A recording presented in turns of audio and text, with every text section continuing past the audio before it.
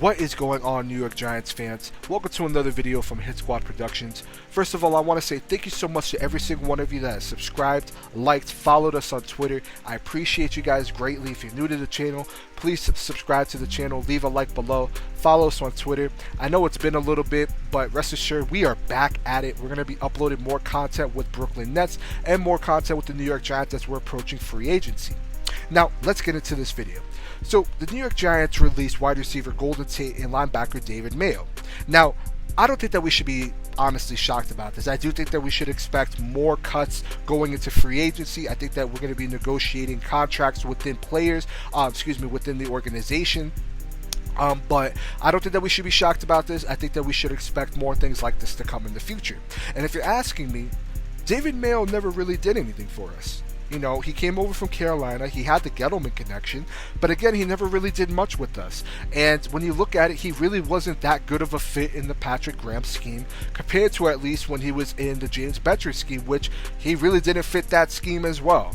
So, you know, I understand why the Giants re-signed him last year, you know, for some depth purposes, but at the same time, wasn't a good player, wasn't a good fit. I expect him to address that position primarily in the draft compared to free agency.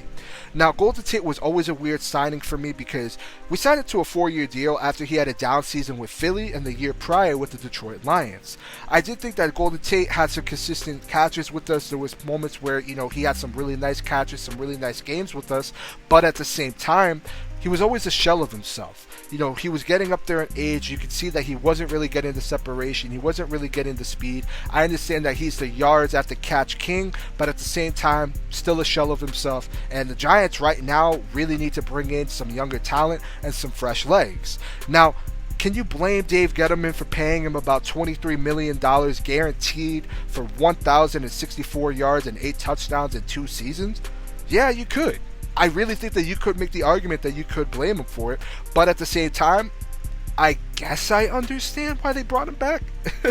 I guess, you know, I understand, you know, I figured if you trade Odell, you're rebuilding, right? But then you sign Golden Tate to this 4-year contract, and then it seems like you're not rebuilding. I honestly feel like the money that we paid Golden Tate, we could have used that to fix more holes on the offense or on the defensive side of the ball. But look, the Giants right now are in a position where they need to free up some cap space, and we need to retain some players and try to bring in some players as well. So these 2 cuts, again, they're only going to help the cap going forward. I do think we're headed in the right direction, and I think honestly, I expect the New York Giants to cut more players such as Cody Core, Isaac Yiadom, Nate Solder, and Levine Toilolo. Now, look, if they cut Levine Toilolo, they save $2.95 million. If they cut Isaac Yiadom, they save $2.4 million.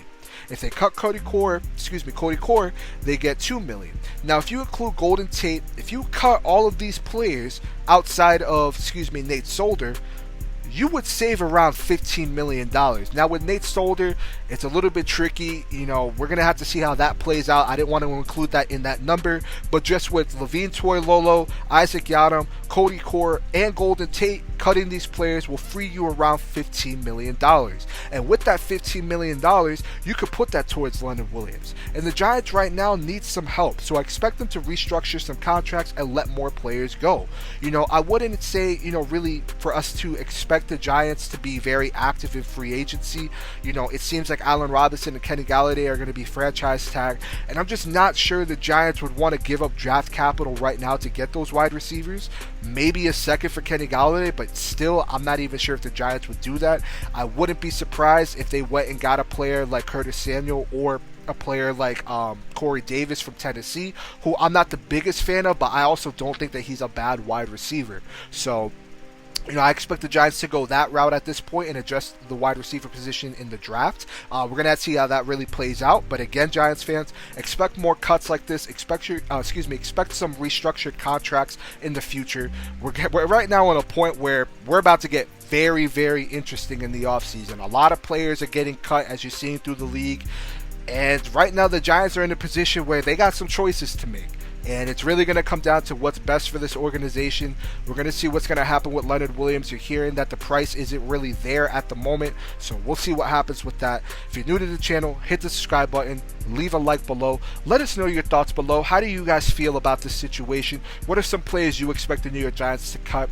Follow us on Twitter. Again, we'll see you guys in the next video.